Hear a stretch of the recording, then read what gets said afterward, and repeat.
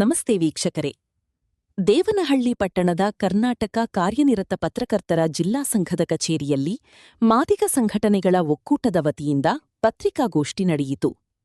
ದಲಿತ ಸಮುದಾಯದ ಸ್ವಾಮೀಜಿಗಳಾದ ಐಮಂಗಲ ಮಠದ ಶ್ರೀ ಬಸವಮೂರ್ತಿ ಹರಳಯ್ಯರವರ ಮೇಲೆ ಹಲ್ಲೆ ನಡೆದ ನಿಂದನೆಯನ್ನು ಖಂಡಿಸಿ ಪತ್ರಿಕಾಗೋಷ್ಠಿ ನಡೆಯಿತು. ಎಂಆರ್ಎಚ್ಎಸ್ ಸಂಘಟನೆಯ ಗೌರವ ರಾಜ್ಯಾಧ್ಯಕ್ಷ ಕೇಶವಮೂರ್ತಿ ಮಾತನಾಡಿದರು. ಈ ಸಮಯದಲ್ಲಿ ವಿಶ್ವ ಆದಿಜಾಂಬವ ಮಹಾಸಭಾ ರಾಜ್ಯಾಧ್ಯಕ್ಷ ಭೀಮರಾಜು, ಮೂಲ ಮಾದಿಗ ಸಂಘ ರಾಜ್ಯಾಧ್ಯಕ್ಷರು ಜೆಸಿ ಪ್ರಕಾಶ್, ಬಹುಜನ ಸೇವಾ ಸಮಿತಿಯ ಪೂಜಪ್ಪ, ಆದಿಜಾಂಬವ ಮಹಾಸಭಾಧ್ಯಕ್ಷ ಲಕ್ಕಸ್ವಾಮಿ, ಜಾಂಬವ ಸಂಘದ ರಾಜ್ಯಾಧ್ಯಕ್ಷ ಕದರೇಶ, ವಿಶ್ವ ಆದಿಜಾಂಬವ ಮಹಾಸಭಾ ರಾಜ್ಯ ಪ್ರಧಾನ ಕಾರ್ಯದರ್ಶಿ ಅಮರನಾರಾಯಣ, ಉಪಾಧ್ಯಕ್ಷ ಮೂರ್ತಿ ಸೇರಿದಂತೆ ಸಂಘಟನೆಗಳ ಪದಾಧಿಕಾರಿಗಳು ಭಾಗಿಯಾಗಿದ್ದರು. ಈಗ ಮೊನ್ನೆ ನಡೆದಿರ್ತಕ್ಕಂಥ ಚಿತ್ರದುರ್ಗ ಜಿಲ್ಲೆ ಹಿರಿಯೂರು ತಾಲೂಕಲ್ಲಿ ಐಮಂಗಲ ಮಠ ಅಂತ ಏನಿದೆ, ಅಲ್ಲಿ ಶ್ರೀ ಬಸವಮೂರ್ತಿ ಹರಳಯ್ಯ ಸ್ವಾಮೀಜಿ ಅಂತ ಒಂದು ಮಠ ಮಾಡ್ಕೊಂಡಿದ್ದಾರೆ. ಬಹಳ ಚೆನ್ನಾಗಿ ಮಾಡ್ತಾ ಇದ್ದಾರೆ. ಆ ಮಠವನ್ನ ಅಭಿವೃದ್ಧಿಗೊಳಿಸಲಿಕ್ಕೆ ಹೆಚ್ಚಿನ ಒತ್ತು ಕೊಟ್ಟು ಕೆಲಸ ಮಾಡ್ತಾ ಇದ್ದಾರೆ. ಆ ಉದ್ಘಾಟನೆಗೆ ರಾಷ್ಟ್ರಪತಿಗಳನ್ನ ಆಹ್ವಾನ ಮಾಡಿ ಅವರ ಕಡೆಯಿಂದ ಉದ್ಘಾಟನೆ ಮಾಡಿಸಬೇಕು ಅಂತ ಪ್ರಯತ್ನ ನಡೀತಾ ಇತ್ತು.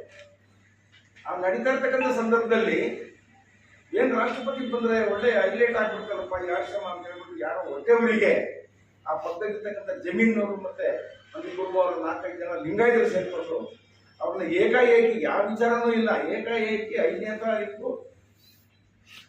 7ನೇ ತಿಂಗಳು ರಾತ್ರಿ 8:30 9:15 ಅವ್ರಿಗೆ ಏಕಾಏಕಿ ಹೋಗ್ಬಿಟ್ಟು ಕಳಿಸಿ ಹೊಡೆದು ಗಲಾಟೆ ಮಾಡಿದ್ದಾರೆ. ಬಹಳ ಅವರಿಗೆ ಇವಾಗಲೂ ಕೂಡ ಆಸ್ಪತ್ರೆ ಇದ್ದಾರೆ, ಇನ್ನೂ ತಿಳಿಸ್ಕೊಂಡಿಲ್ಲ. ಸ್ವಾಮೀಜಿ ಆಸ್ಪತ್ರೆ ಇದ್ದಾರೆ, ಅಷ್ಟು ಹಿಗ್ಗಮಗ್ಗ ಹೊಡೆದಿದ್ದಾರೆ. ಅದಾದ ನಂತರ ಅವ್ರಿಗೆ ಪಾಪ ಅಷ್ಟೊತ್ತಲ್ಲಿ ಯಾರು ಮೆಂಬರ್ಸ್ ಇರೋದಿಲ್ಲಲ್ಲ, ಅವಾಗ ಏನ್ ಡ್ರೈವರ್ ಕರ್ಕೊಂಡು ಐಮಂಗಲ ಪೊಲೀಸ್ ಠಾಣೆ ಹೋಗಿದ್ದಾರೆ.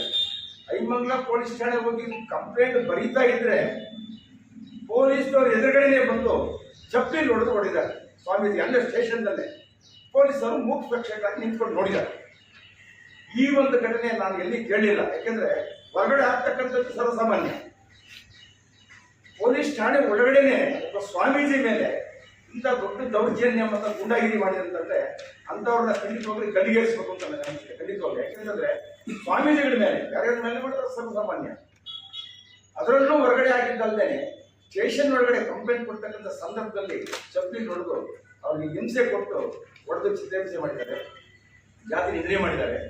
ಅದು ನಾಮ ತೋರಿಸ್ಲಿಕ್ಕೆ ಅವ್ರನ್ನ ಅರೆಸ್ಟ್ ಮಾಡೋದನ್ನು ತೋರಿಸಿದ್ದಾರೆ. ಆದರೆ ಯಾವುದೇ ಅವರ ಮೇಲೆ ಸರಿಯಾದ ಕ್ರಮ ತಗೊಂಡಿಲ್ಲ.